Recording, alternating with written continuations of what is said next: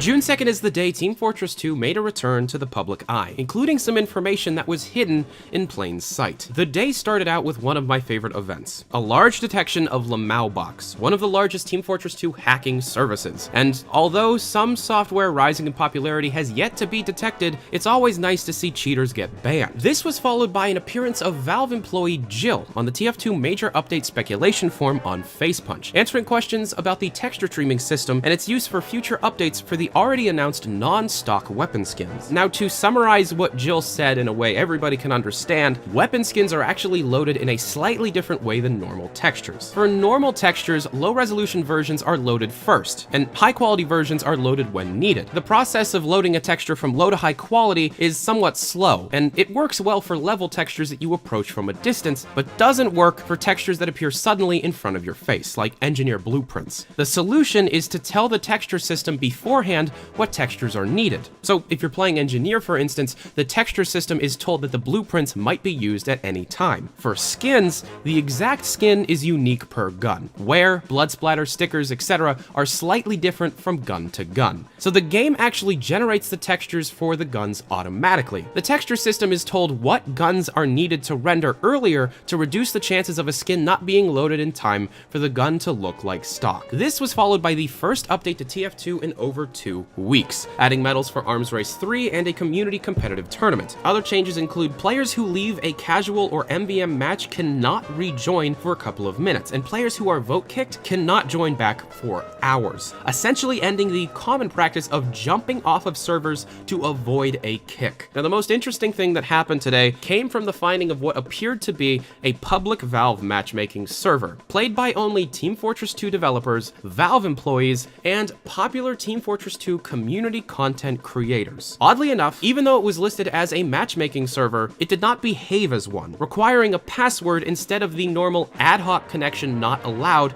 on a standard Valve matchmaking server. And also, keep in mind, the map listed is Thunder Mountain. Now, at the time of the server being online, every player listed as being on the server was also listed as offline on their personal Steam accounts, most going offline at around the exact same time. Everyone playing also seemed to have a much lower score than the time on the server would entail. Further digging found 4 Valve employees, Andrew Burke, Dario Casali, Kelly Thornton, and Jason Brashill, with all previously unknown connections to the Team Fortress 2 team, either meaning these are some of the 15 people Dave Riller talked about back in February, or this is an example of internal playtesting. So I continued to dig, and after getting into contact with a few of the people that were on the server, it became clear that this was the result of a Valve trip. The Team Fortress team invited out many Team Fortress creators to their offices for lunch and to show off some features to the next Team Fortress 2 update, and it later became known that all of these people